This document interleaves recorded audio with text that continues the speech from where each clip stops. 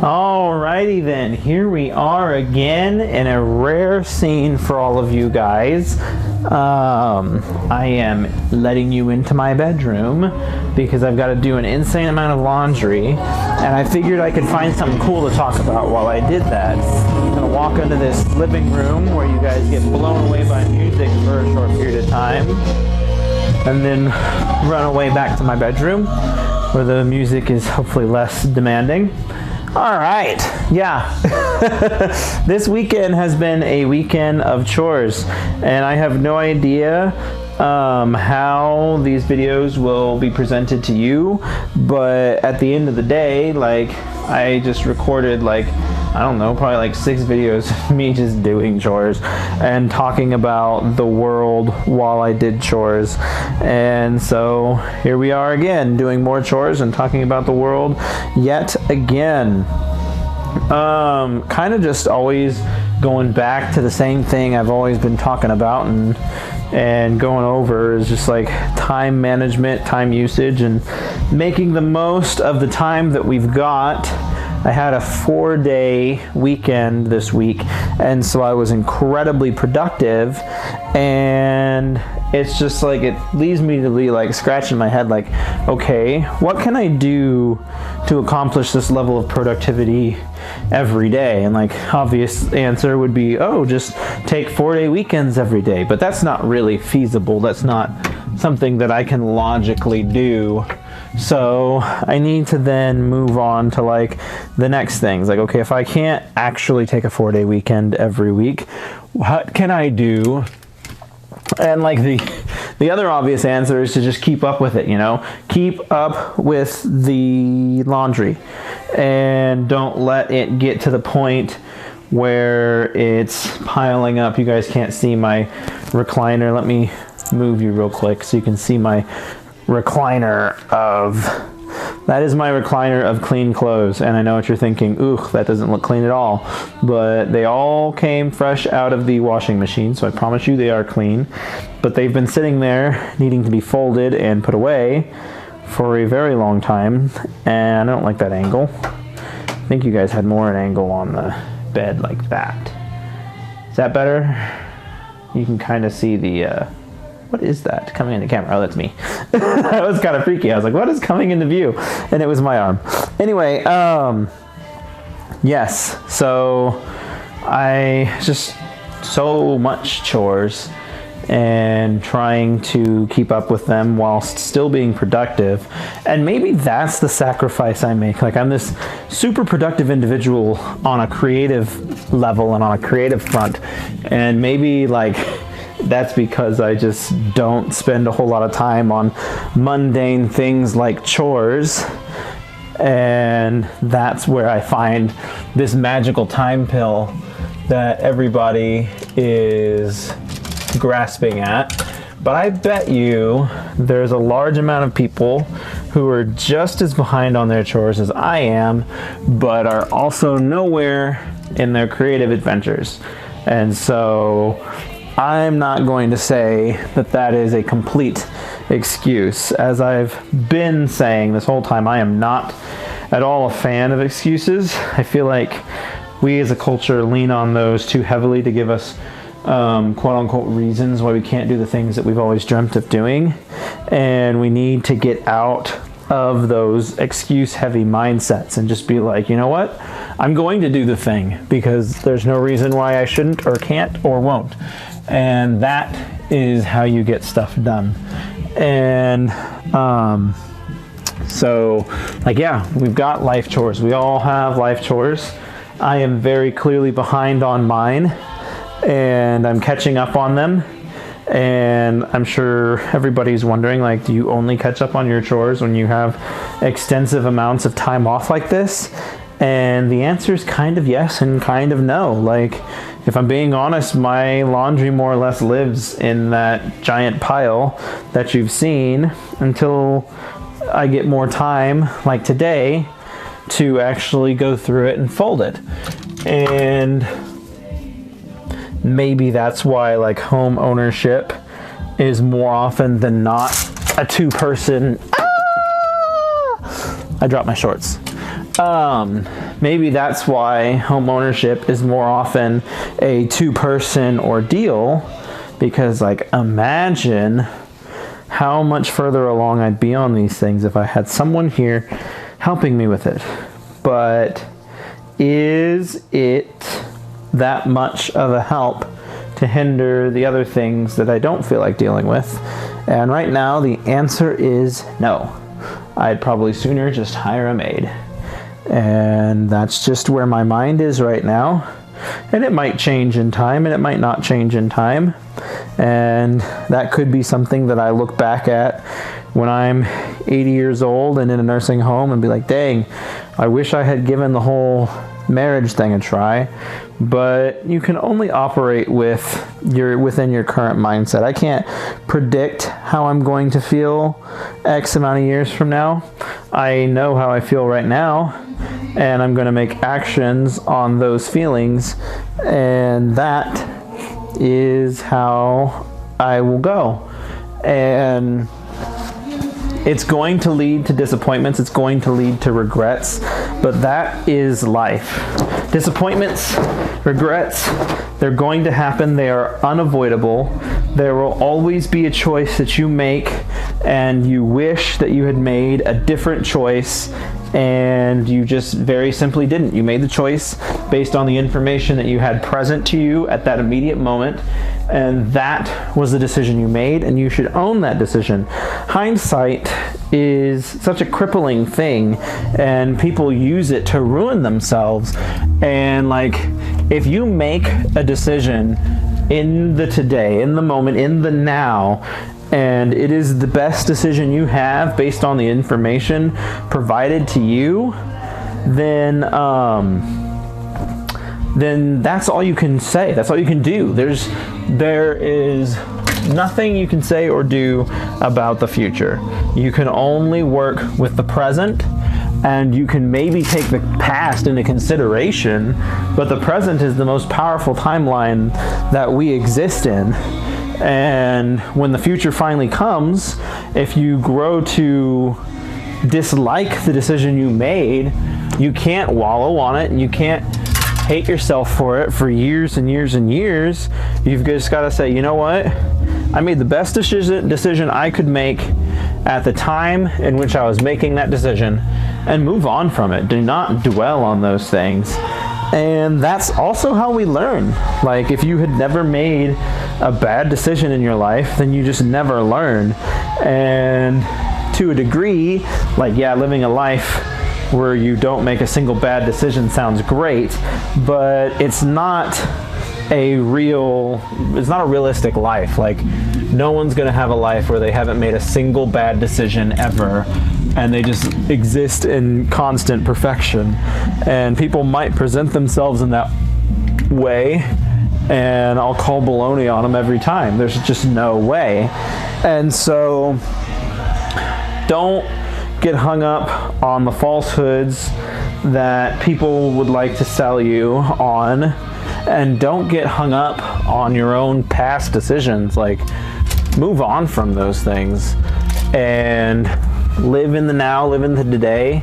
And it sounds like an incredibly pretentious or silly thing to say, but it's like, it really is a good way to be. And like, I know a lot of people who are toxic with that mentality too. Like, they are so wrapped up in today and living for the now that it's almost like they never had a past. Like, I've known these people since childhood, but they act like their life has only existed up to this point from like last year and on. And it's like, guy, like, I respect your mindset and your outlook, but you can't ignore the past either.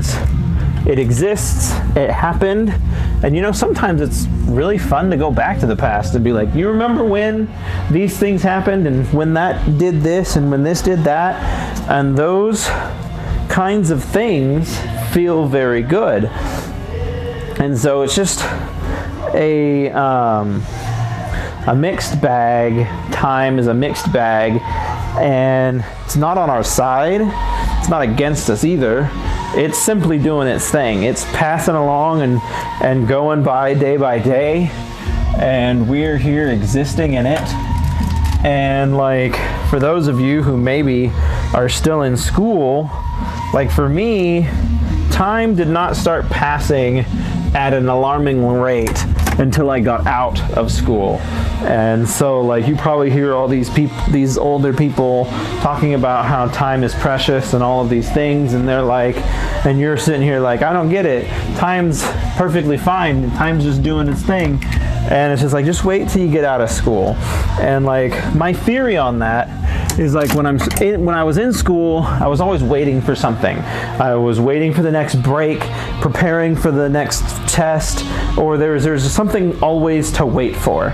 And as anyone knows, when you're waiting for something, time always seems to creep along a lot slower. And so with that being said, once you get out of school, you're not necessarily waiting on things as constantly as you once were. And so the years, as All-Star once said, the years start coming and they don't stop coming. And that couldn't be a truer statement. Like, once you hit that adult life, it's just like, dang, like, where did the time go? Next thing you know, you wake up and you're 40, and what did you accomplish in your time? And that sounds depressing, like I'm advertising 40 as this horrible age, but it's more or less double the age of most young people. So in the 20 years as a child, what did you accomplish versus your 20 years as an adult? And then moving towards your 20 years into retirement and so forth. And it's an alarmingly small snapshot of time that most of us are allowed to exist in this world. And I see that mindset becoming more and more prevalent with people, where they're just like, oh, the time we have on this world is so small, make the impact of it and all that good stuff. And like, yes, make an impact of it, but don't be dumb just because you're only here for 60 years or whatever. But it's just an amazing thing to think about, and something that I always open up my mind to is the concept of like, the amount of people who have existed in this world and already passed away versus the amount of people who currently exist in this world is just enormous. And how many of those people have existed, passed away, and no one is even the slightest bit aware of the fact that they ever existed? Like, there's a lot of people in this world who have existed, died, and that's just the end of their story. They were here and now they are not. And that is the irritating thought for me, is to just be another, it's not even like a number, because people don't calculate, there's no calculation of the amount of people who have ever died in this world. And so it's like, you're not even good enough to be a figure. If you died in the Vietnam War, at least you're one of the 90,000 people who died in Vietnam, or however large that number was. But if you're just some guy who had a heart attack and died tomorrow, and then give it a couple decades and the world forgot about you, like, that is not why I'm here, at least. And like, for a lot of other people, that might be stressful to think about. And so it's easier for them to just say, you know what, no, I'm here to do my thing. I'm going to repopulate. I'm going to keep the generations going, keep the bloodline alive. And when it's my time, it's my time. And I have nothing against that either. It's just not the path that I've chosen for myself. Like, I will do something better.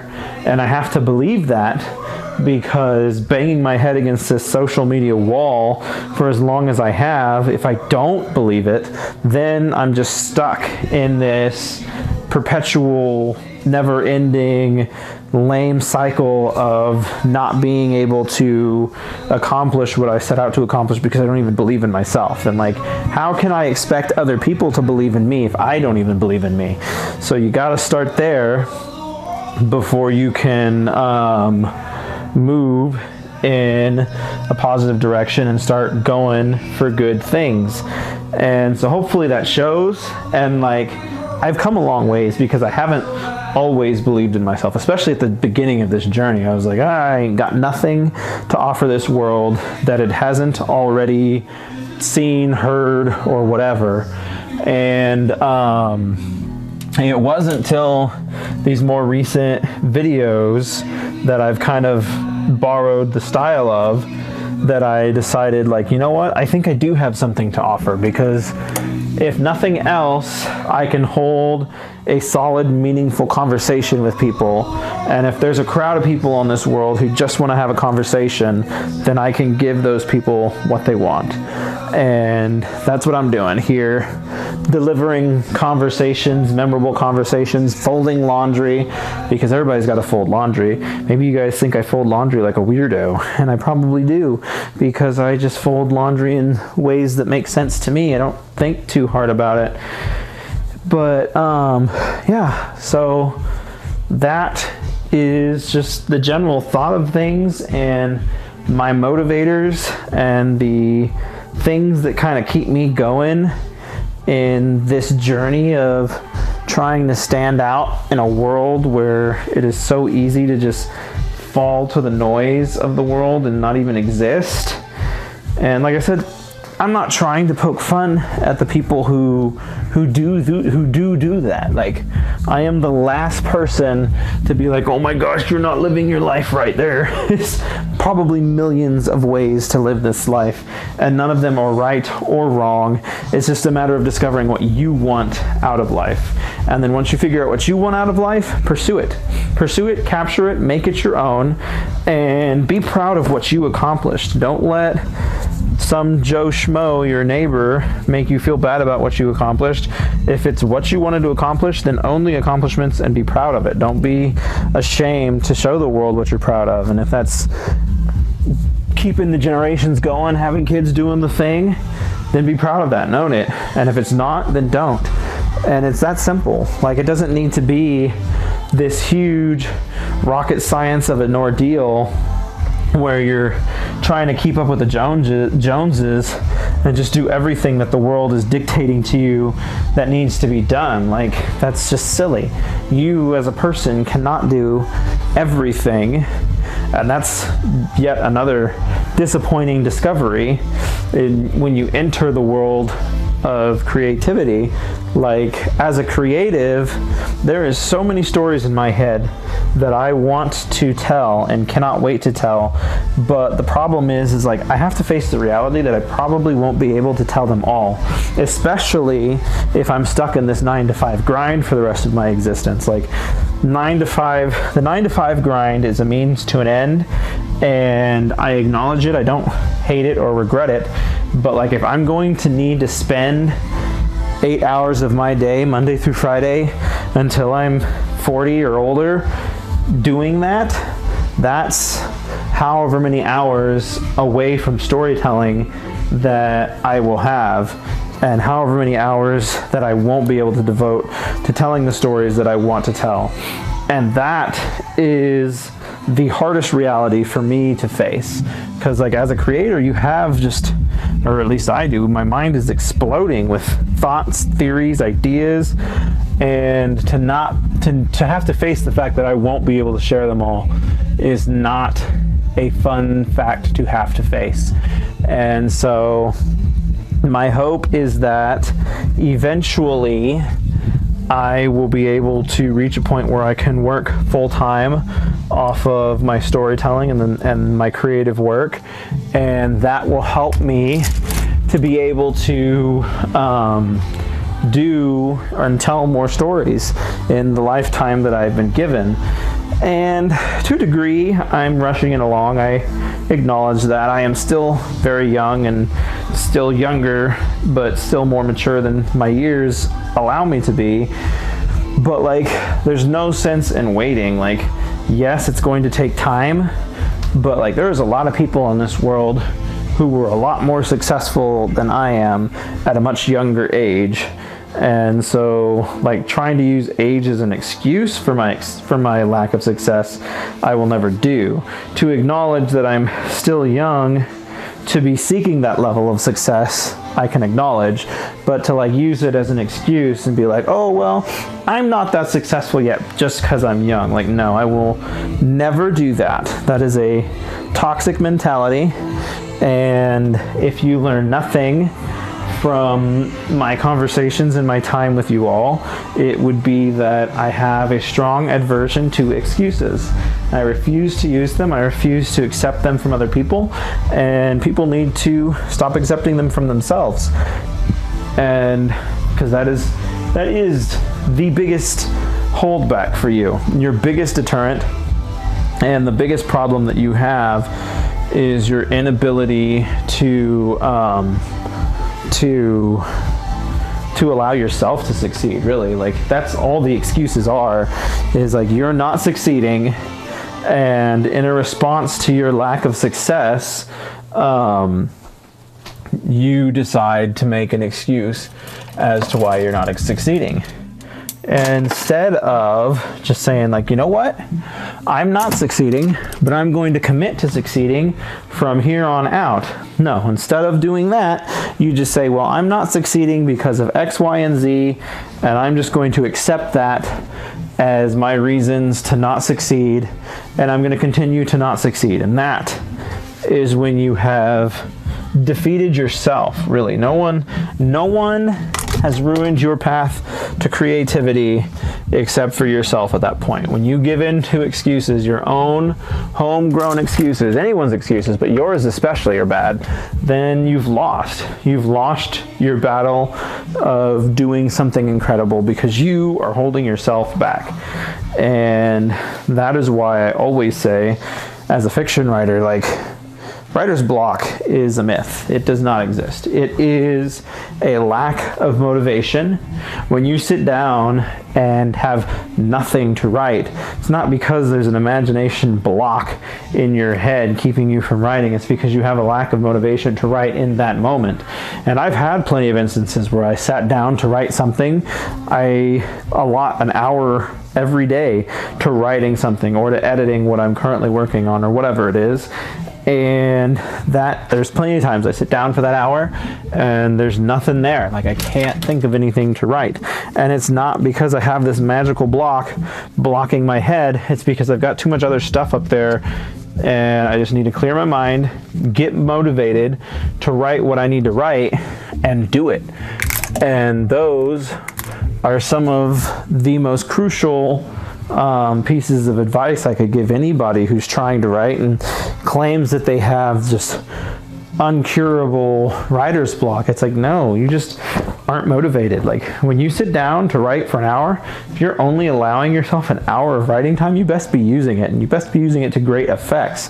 Otherwise, you're going to be just wasting your own time, really, because you can't sit down and get a significant amount of writing done, because every time you sit down, you're scrolling through TikTok, or you're scrolling through Facebook, or you're thinking about your girlfriend or boyfriend or all your friends, and you're not doing what you sat down to do.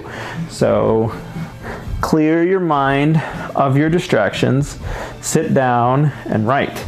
And like an hour a day gets an incredible amount of writing done for me. So I promise you, it can be just as effective for you as it is for me. And like, I timed it one time, and I forget now how many words a minute I thought I could write. I feel like it was like 60 words a minute or something like that. And so if it's 60 words a minute, 60 minutes in an hour, whatever 60 times 60 is that like 1,200 words an hour? That's a pretty good chunk of a novel. And like, a novel, by definition, is at least 40,000 words. And so even if you say that you write 1,000 words a day or an hour, then in 40 hours, which is an entire work week, you will have written an entire full-length novel.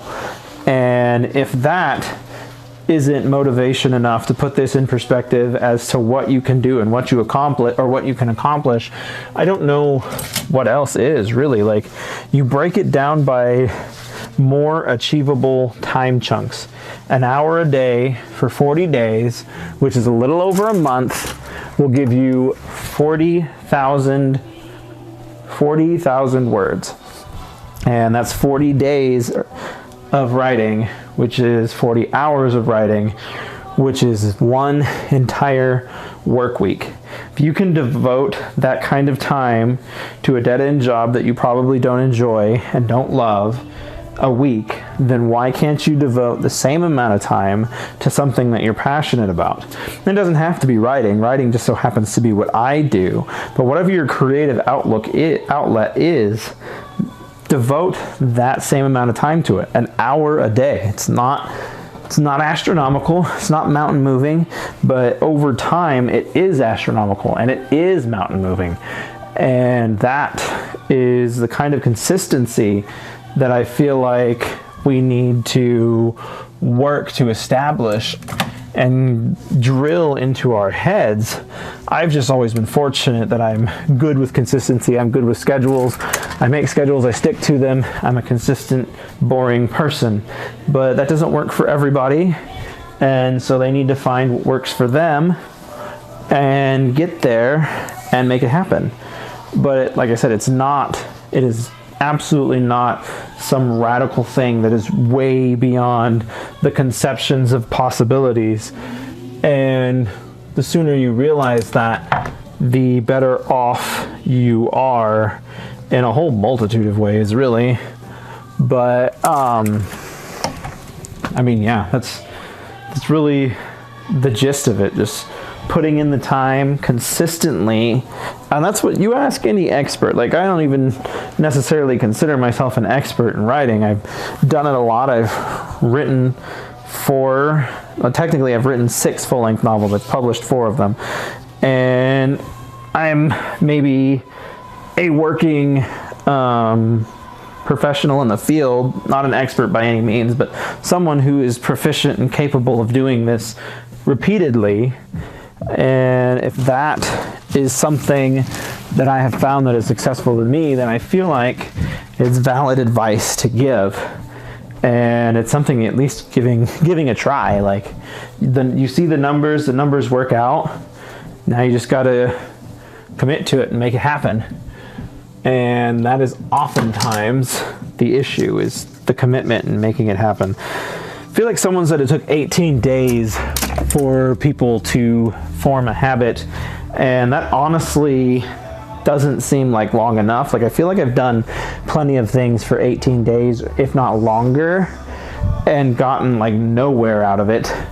But like, I don't know, certain things stick and certain things do not. And like, being able to get excited about these things is a huge help. Like, if you can get excited about these projects and these things that you're trying to do, that is going to propel your productivity to entirely new levels, because like, now you want it to happen. Like, making these videos, previously when I was doing YouTube projects, like, I would always dread like making time to make these videos. Like, it was a chore, which is kind of ironic because I'm doing chores right now. But being able to make these videos a part of my everyday routine and my everyday life, it's like, I'm going to do laundry anyway, I ought as well talk to you guys while I do it. I'm gonna clean out my fridge anyway, I ought as well talk to you guys while I do it. And that has helped me out a ton, because previously my ideology of YouTube was it had to be all of these extraordinary experiences that aren't these everyday things. But like, if Sam Sulek, a gym guy, can get 500,000 people watching him every time he goes to the gym, then why can't I get a good chunk of people watching me when I fold laundry or when I bake a cake or something? I don't know. It doesn't seem that far-fetched to me though, so I'm gonna give it a go. And like I said, I'm reaching that fork in the road where it's like, okay, I've got to either take this seriously and like attack this with all the vigor in my power, or I've got to start seriously considering dialing back and giving it up. Because once I hit the big 3 decades, I'm going to be thinking seriously about the whole family thing. And that is like the next step. And as I've said before, I will never give up on my passions or my dreams, but everybody is not shy about saying how much having a family makes that more difficult. And I feel like with my own determination and my own wants in this world, I'd still be able to pursue it to some degree, even with the familial obligations. But I'd be lying to myself if I tried to say that I would be just as productive then as I am now. Like, obviously not. I have responsibilities then that I don't have now, and you can't just pretend like that's not a factor that exists. I'd like to think that for me, it wouldn't be so much of a distraction as it is for other people. I feel like a lot of people use that as just an easy excuse, and especially when talking to me, because it's not something that I've experienced. And so they're just like, well, I'm just going to throw up this easy roadblock of children, which is something you don't have and haven't experienced, so you don't understand how much of a time suck and distraction they are. And maybe they are just this awful time suck and awful thing, but part of me holds to the idea that I am a productive enough individual that even with the distraction of children, I will remain productive and be able to dispel what is, in my mind, the biggest excuse that most adults have these days. And so it'll be exciting to go down that venture, and I'm sure I made it sound like I was going down that venture just for the sake of proving people wrong, and that's not the case. I'm excited about that for a whole multitude of things, but that is, I'd be lying to myself if I didn't say that that is one of the things that I'm looking forward to, is to finally face that reality and tell people like, yo, you're mistaken, or you know what, you're right. Having kids makes it literally impossible to be creative. I don't know, but it doesn't sound likely to me that that would happen. But there's only one way to find out, and I intend to do so. And that's what I'm going to dedicate my later years to. And like, I don't know, 30 is not a bad age to have kids. It's not as young as like anyone in my family. My parents had kids at like 21, I think, and my brother had his first kid at 25. And for the longest time I wanted to have kids to keep up with the Joneses, which was not a good reason to have it, but like as the youngest by a significant margin, I didn't necessarily want my kids to be the youngest in that respect. And like I wanted them to have cousins that were the same age as them and to have all of these things, but that's not really the right reason to have kids, just so that your kids can be the same age as your brother's kids, and so that they can have cousins and things. Like, that's nice, but like I can just give them brothers and sisters and we can create our own little family unit, and that's kind of exciting. And like that's the reality I have to face of being 5 years younger than the next closest brother, is the fact that there is an age difference there. And as much as I like to pretend like I can operate outside of it and exist in a way that does not affect him so severely, I am a fool to think that that is the case. And that's okay, because I've come to terms with that, and I will now just exist, and I will pursue my wants and desires as they reasonably come to do these things. And it took me a very long time to be comfortable with that and to be okay with that, because as everyone around me was having kids and going down that road, it felt very much so like I should be following them, like I was falling behind in this imaginary game of life because I wasn't having kids and people who were younger than me were. And I can remember there's a gentleman I worked with at Home Depot who was several years younger than me, and he had a kid already. And he and I would talk a lot because he envied me for all I had on a financial standpoint, and I envied him for everything he had on a life standpoint. And it was just very interesting to see how two people could could envy each other for opposing things and the ideologies that we have out of what we want out of life. And I'm over here like, I want what you have, dude. And he's over here like, I want what you have.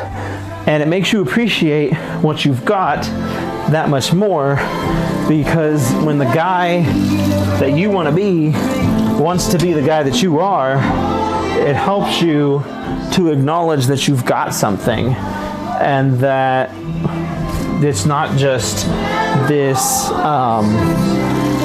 it's not just like I spent all this time accomplishing something that meant nothing and is not at all enticing. And it's not that I ever thought that I spent all this time pursuing useless, pointless things, but you want to pursue everything, and you want to have it all, and you want to have it all when you want to have it. You don't want to have it all when it's convenient to have it, or when it's nice to have it, or anything like that.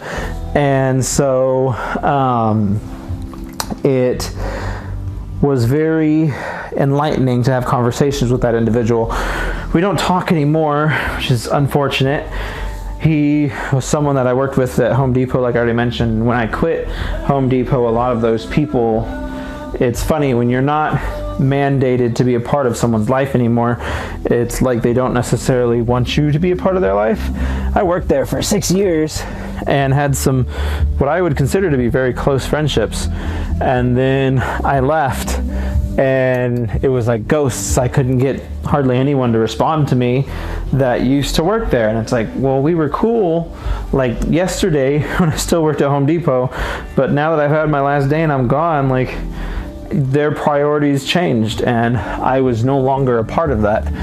And it took me a while to get used to that. Losing friendships has never been easy for me. I've had a large multitude of friends come and go over Xbox, to the point now where, like, I openly avoid making new friends on Xbox, because I know eventually they will just go away, and then I'll be upset that we aren't cool anymore.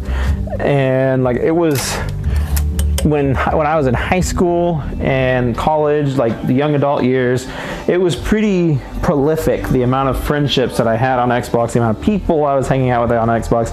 I was hanging out with significantly more amounts of people on Xbox than I was in real life, so to speak. People give Xbox friendships a lot of heck, and I think that's garbage, but that's a conversation for another day. Anyway, it always ended the same, and that is that I would eventually come to the realization that person X or person Y stopped getting on Xbox, and they were just more or less poof, gone, disappeared from my life.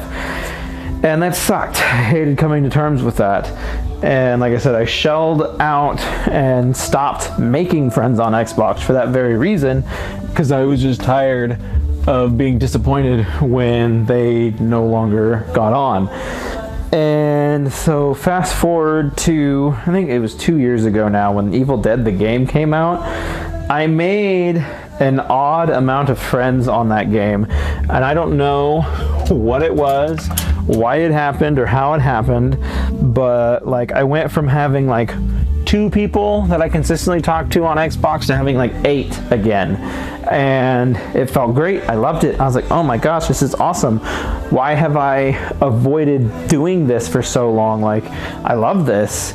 And then now here we are, fast forward 2 years, and I'm coming to the realization of why I stopped doing it. And of the 8 people that I met on there, I maybe talked to 2 of them still. And that's just another thing. Like, they stopped playing Evil Dead the game, they started playing their own games, and I tried very hard to stay in touch with these people and keep talking to them, and I would join their parties and we'd shoot this stuff for a while and just talk and have a good old time. But it was awkward because I wasn't playing the same games as they were, and we were never playing games together. And then it got to the point where they were just not on very often. When they were on, they wouldn't join party invites, and I eventually just kind of got the hint. I was like, I don't think these guys are that interested in hanging out anymore. And just unfortunate. Like, it is a reality. It's not like some sick and twisted thing. I don't hold it against them. I don't blame them for it, but it's not a reality that I like to face very often. Like, I still cling to the corny anime ideology of friendship lasting forever and having these magical superpowers that will destroy everything. And every time reality comes and knocks those thoughts down to the sewers, it's not an easy thought to come to terms with. And so I don't know, like I said, I still got the 2 from Evil Dead, and like generally speaking, I don't necessarily do as much online gaming as I once did either, so it's not as easy for me to make friends online because I'm just not on that often anymore. Like, even if I run into someone and I'm like, that was fun, we had a good game together, like the likelihood of me adding you and then hitting you up for another game later is just unlikely. And I feel like that's kind of the general consensus of really anybody on like online gaming platforms anymore. It was ironic for a while because it has such a bad rep of being this lonely loser's hobby, but it is a very social event. You have oftentimes a team of strangers who team up against another team of strangers to accomplish a common goal, and it is a very social event. And like, if you have a microphone on Xbox these days, you are like a unicorn and everyone wants to be your friend. And that's probably why I wound up with so many friends from Evil Dead, because like it was very much so that was the case. I really enjoyed that game, and any person that I ran into that had a microphone, I would friend them so that we could play later and continue to kick butt on Evil Dead. And it was a grand old time, but like I said, it wound up just like they all wind up, and now we're all going our own ways and doing our own things, and I'm still over here like, oh, we should keep talking, and they're probably doing their own thing and forgot that I even existed. So it's the unfortunate reality that I face with friendship, and like a hardship that I don't know that I'll ever get over. I am better at acknowledging it, but that doesn't mean that I've gotten over it. I have one particular Xbox friend who still gets on, and like we were close at one point in time, but I knew him back when he was in middle school, and he was kind of annoying back then, so we didn't talk very often, and I deliberately pushed him away because he annoyed me. And now he's like one of the only people from that time who still consistently gets on and plays games. And I really wish that I hadn't have pushed him away then, because then we could maybe like talk now and be cool. You guys are still staring at the floor, aren't you? No, you're still at the bed kind of, but we could still talk and be cool.